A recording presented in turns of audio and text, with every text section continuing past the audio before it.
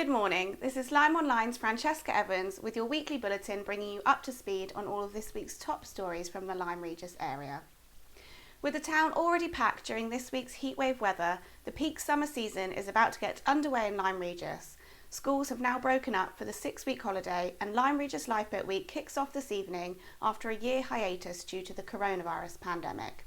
Tonight, the volunteer lifeboat crew will take on Up Lyme and Lyme Regis Cricket Club in a friendly before the week-long event is officially opened by star RNLI collector 17-year-old Joshua Denning in a ceremony outside the lifeboat station tomorrow at 1:30 p.m.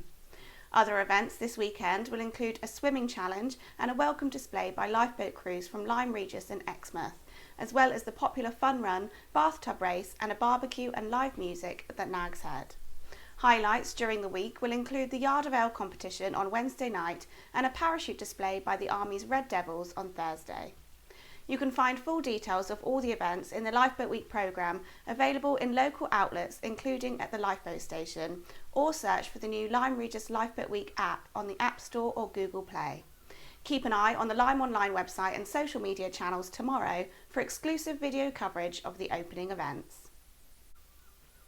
Unfortunately, the sunny weather is expected to break over the opening weekend of Lifeboat Week. After issuing its first ever extreme heat warning for parts of England, including the southwest, as temperatures soared to 30 degrees earlier this week, the Met Office has now issued a yellow warning for rain over the weekend.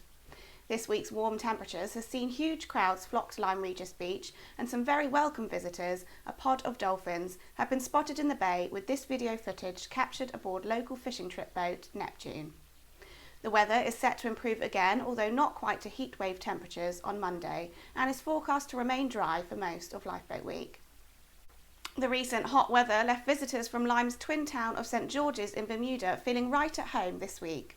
3 guests from Bermuda, including the Mayor of St George's, were among those to take part in the annual Summer's Day celebrations on Wednesday, commemorating Admiral Sir George Somers, a former mayor of Lyme Regis who founded Bermuda after being shipwrecked on the islands in 1609.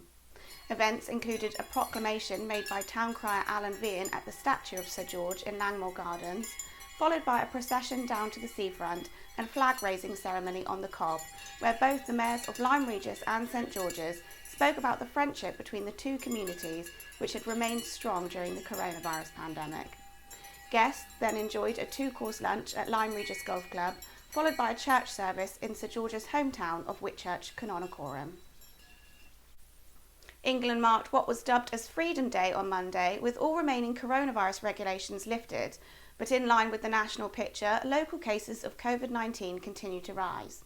In the latest figures released on July 16th, there were 581 confirmed cases in the Dorset Council area, compared to 365 the previous week, and 979 in the Bournemouth, Christchurch and Poole area, compared to 936 on July 9th. There were 17 COVID-19 patients in hospitals across Dorset, compared to 14 on July 9th. In the 7-day period up until July 17th, there were 18 recorded cases in the Lyme Regis, Charmouth and Marshwood Vale area, an increase of 7 on the previous week, and 21 in neighbouring Up Lyme, Kilmington and Colleton, an increase of 3. As the southwest basked in temperatures of 30 degrees this week, Up Lyme and Lyme Regis cricketers enjoyed the sunshine on their tour to Cornwall, the club's first tour in 25 years.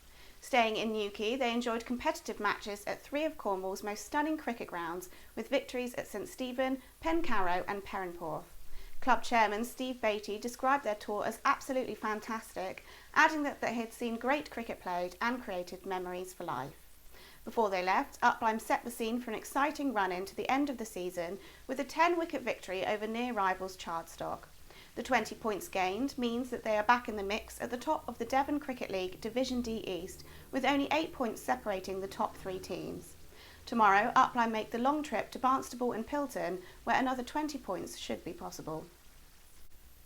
Lyme Regis Football Club kicked off their pre-season friendlies this week with an away fixture at former rivals Axminster Town, who play at 2 levels above the Seasiders.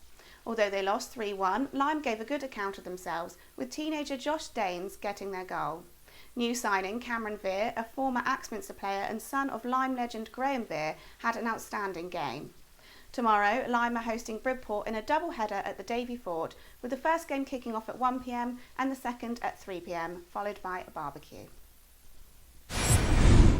Thanks for watching LymeOnline's video news bulletins. Don't forget to look out for all of our photo and video coverage of Lifeboat Week events, and you can always catch up with the latest local news on our website and social media channels.